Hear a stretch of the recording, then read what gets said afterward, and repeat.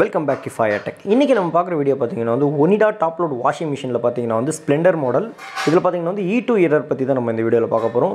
E2 error பற்றி already பார்த்தீங்கன்னா வந்து நம்ம முன்னாடியே நம்ம சேனலில் வந்து அப்லோட் பண்ணியிருக்கோம். அதை பார்த்து நிறைய கஸ்டமர் பார்த்தீங்கன்னா வந்து நம்மளுக்கு கால் பேக் பண்ணி கேட்டிருந்தாங்க. ப்ராப்பரான டீட்டெயில்ஸ் வந்து அவங்களுக்கு சரியாக புரியலன்னு நினைக்கிறேன் வீடியோவில். அதை பற்றி தான் இந்த வீடியோவில் தெளிவாக நம்ம காட்ட போகிறோம், என்ன ப்ராப்ளம் அப்படின்னு சொல்லிட்டு.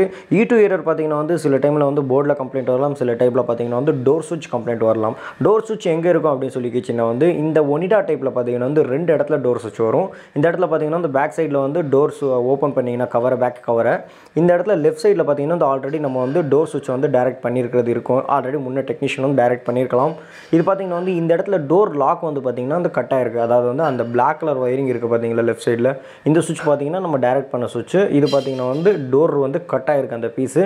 அந்த பீஸ் வந்து ப்ரெஸ் பண்ணுறப்ப பார்த்தீங்கன்னா வந்து அப்போ தான் உங்களுக்கு வந்து கரெக்டாக கம்யூனிகேஷன் பண்ணும். அதாவது வந்து ட்ரை டைமில், ஸ்பின் டைமில் பார்த்தீங்கன்னா வந்து கம்யூனிகேஷன் பண்ணும். இப்போ பார்த்தீங்கன்னா வந்து நம்ம இந்த வயரை வந்து டைரக்ட் பண்ணியாச்சு. அதாவது வந்து சுவிட்ச் நம்ம சேஞ்ச் பண்ணலை, வயர் வந்து டைரக்ட் பண்ணியாச்சு. ஏன் ரீசன் கேட்டிங்கன்னா பார்த்தீங்கன்னா நம்மள்ட்ட வந்து சுவிட்ச் இல்லை.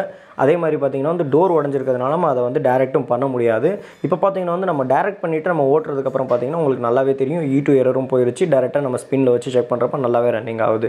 இந்த E2 எரர் பார்த்தீங்கன்னா வந்து ரெண்டு இடத்துல சுவிட்ச் வந்துடும். அந்த ரெண்டு சுவிட்சுமே பார்த்தீங்கன்னா வந்து நம்ம டேரெக்ட் பண்ணணும். டேரெக்ட் பண்ணால் தான் ப்ராப்பராக வந்து சால்வ் ஆகும். இல்லாட்டி இதே போல் வந்து ரிப்பீட் இதே கம்ப்ளைண்ட் வந்து வந்துக்கிட்டே இருக்கும்.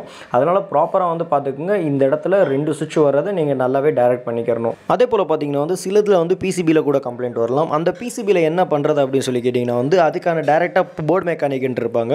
அவங்கள்ட்ட கொடுத்தது நம்ம வந்து அதை ரெடி பண்ணுற மாதிரி இருக்கும். அதில் பார்த்தீங்கன்னா IC கூட பர்னிங்காக இருக்கலாம், இல்லை வேறு எதனாச்சும் பிரச்சனை கூட இருக்கலாம். அதனால் அந்த போர்டு மெக்கானிக்கிட்ட கொடுத்தா மட்டும்தான் நம்ம ப்ராப்பராக வந்து சரி பண்ணி வாங்க முடியும். அதுக்கான மெக்கானிக் எங்கே இருக்காங்கன்னு கேட்டிங்கன்னா வந்து நம்ம சைட்லேருந்தே இருக்காங்க. உங்களுக்கு போர்டு எதனாச்சும் ரிப்பேர் பண்ணணும்னு கேட்டிங்கன்னா டேரெக்டாக கீழே வந்து கான்டாக்ட் நம்பர் இருக்குது, நம்மளை டேரெக்டாக கான்டாக்ட் பண்ணலாம். மறக்காம நம்ம சேனலை சப்ஸ்கிரைப் பண்ண மறக்காதீங்க.